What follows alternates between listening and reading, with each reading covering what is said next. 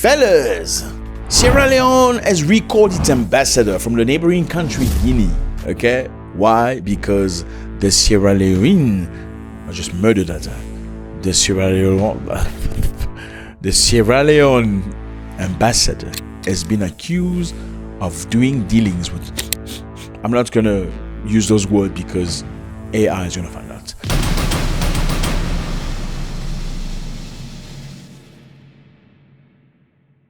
What's up, everybody? I hope you're doing good. It's a beautiful day. Thank you very much for stopping by. I just came back from the gym. I did 15 rounds on the bag, 5 minutes each. It was crazy. Strong. And all these ladies looking at you like, oh, who is that guy? I see this guy picking up big weight, but who is that guy punching the heavy bag? It feels good. Anyway, thank you very much for stopping by. I know you don't know why. My name is Zack. You're probably going to like me very much, or you're not going to like me very much if I bash your country, because I do bash people's countries. I bash everybody's country. I don't care. Okay, we're here to talk about the truth. And the truth is not supposed to necessarily sound good. Sometimes the truth hurts, and it's okay. Provided that you grow from it, you get better. Okay, the goal is to get an Africa that brings people together, not an Africa that separates people, or some African think they're superior to other Africans because my country is better than your country. No country is better than one. There's no such thing as a country. You can do whatever you want. We don't care.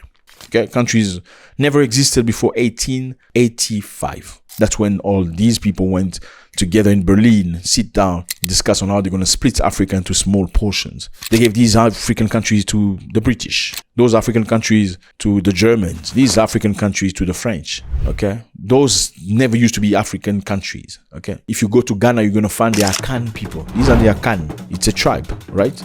Well, if you go to the neighboring country, you'll find Akan people. This is Côte d'Ivoire. Back to Ghana. These are Akan people in Ghana. These are Akan people in Côte d'Ivoire or Ivory Coast. Now, Akan people are what? Are they Ivorian or the Ghanaians? No, tell me, Akan people, are they Ivorian or Ghanaians? So what the hell are you talking about countries? There's no such thing as country. You can cry a river. There's no countries. And we're going to bring Africa together. Let's go. I know you already hate me. No, I don't care. But continue watching. Cool. So in Sierra Leone, something very interesting is happening. Sierra Leone has recalled its ambassador from Guinea. This is Guinea. This is Sierra Leone. No, you don't know where Guinea is because you were not very good with geography. But now you know. This is Guinea. Okay. This is Sierra Leone. Things happening in Guinea. The Sierra Leone ambassador has been recalled on Monday by authority impounded the vehicle. Okay, they checked the vehicle of the Sierra Leonese. Crazy, yeah. It's not my language, you know. I'm doing good, right? The Sierra Leonese ambassador was detained and its occupant on suspicion of possessing substances suspected to be, you know that thing. From South America, yeah. On 13th January 2025, the government of Guinea informed the government of Sierra Leone that a vehicle belonging to the embassy of Sierra Leone in Conakry was impounded by the Guinean authorities. The driver and another occupant of the vehicle are being held on suspicion of possession of substances suspected to be cocaine.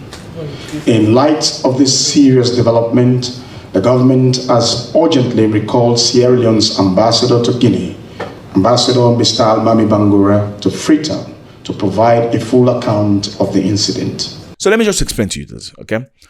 Diplomatic bodies usually don't get searched in whichever country they're going to, okay? So if you're part of the diplomatic body, if you work for the embassy, if you are the representative of the embassy, you cannot be searched, okay? You cannot be arrested. They benefit from, I forgot what you call it. The word, it's not my language. English is not my language.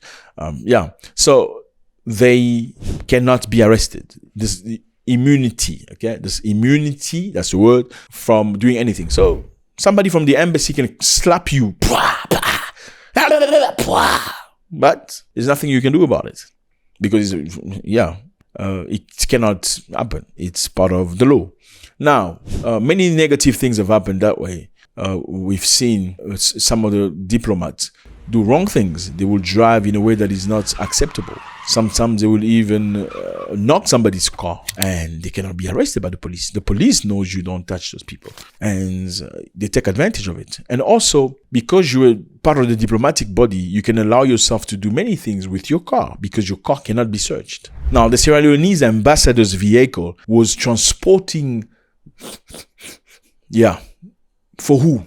Question mark. I don't know how they did this. They finally arrested the car. I mean, if they had to arrest the car, it means they've been investigating this for a long time. They've been trying to find out a long time. They've got precision. Because just imagine you have to stop a diplomatic car and accuse them of something, then find nothing in the car. That's a big problem. They stopped the car and they found things. And now an investigation is being conducted on why and how this is happening. Let me just remind you here, fellas, that West Africa is a big stopping spot from South American product going to Europe. Sometimes the boats come from South America to West Africa before being sent to Europe, Now, not just Europe, the consumption is also being done in West Africa. West Africa is a major transit point for trafficking C. You know what C is. From Latin America, where it is produced, to Europe, one of the drugs' big market. But some of the is being consumed locally. Now, in Sierra Leone, a lot of people are taking a very cheap, they call it kush, okay? It's a very cheap, whatever, people have no jobs, they have no situation, no life. What can they do? They just consume that stuff. So, can we say that the ambassador was doing business with people's life? Okay? The ambassador of a country in another country, bringing stuff so your people and he can make money. So this just shows you how crazy government officials can be. And one of the main reasons why many African nations are not moving forward, it's not necessarily because the president is not a good person. It's usually because many people working under the president are there for their personal interest. A president can come into the country and saying, okay, I'm actually coming to change things, make things better, make food accessible to everybody, electricity, provide schooling, medicine, hospitals, infrastructure for the people. But with the good ideas he's coming with in the government, he will be working with people who have absolutely opposite ideas of what he is. And everything he tries to do, people are just trying to make it negative. And the president will say, okay, I'm just coming to power, then releasing power. You know what he's told? Some people will tell him, no, how can you do this?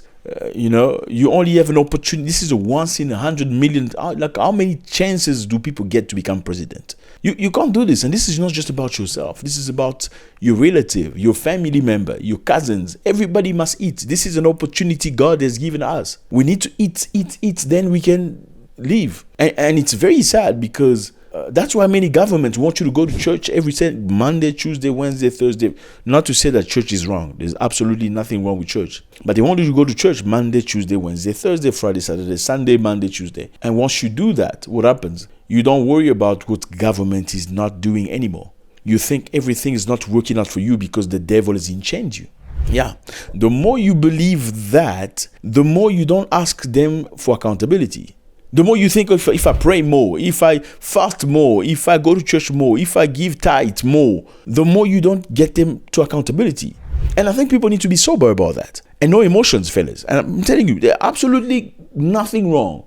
Praying is great. It's amazing. But even the books of God say there is a time for everything. There is a time to pray, and there is a time to ask people for accountability. Now, the negative thing is, the more you pray, the softer you become in terms of asking for accountability from people. The more you pray, the less hard you become when it comes to time for you to be hard. Because there's a time for everything. There's a time to be soft. There's a time to be hard. And it's very difficult for you to stand up and burn stuff down, asking for your rights, asking for response from government. When you're praying Monday, Tuesday, Wednesday, Thursday, when are you going to pray? Okay, may God forgive them. Okay, and that's what I'm saying. People use their power to destroy. Okay, in Sierra Leone, a lot of people are going in the street drunk. I'm trying to avoid that word because government people are putting people in the nations. Government people are dealing the stuff so they can make money. They don't care about your children. We know what's happening in America. They brought that stuff in the black community so the black community can be fatherless. Threw many Americans in jail, many black Americans in jail. So female can remain themselves, and by female fighting for herself, trying to make life better for her children, she becomes the strong African-American woman that doesn't do good when she has a man in her life. Even if the man has a good intention for her, she can't see it because she's used to that. Her mom did just that. Her grandmother did everything by herself with no man on the side. So that's the thing they're doing to the people. And I think it's very interesting that we don't look at things in that perspective. Okay?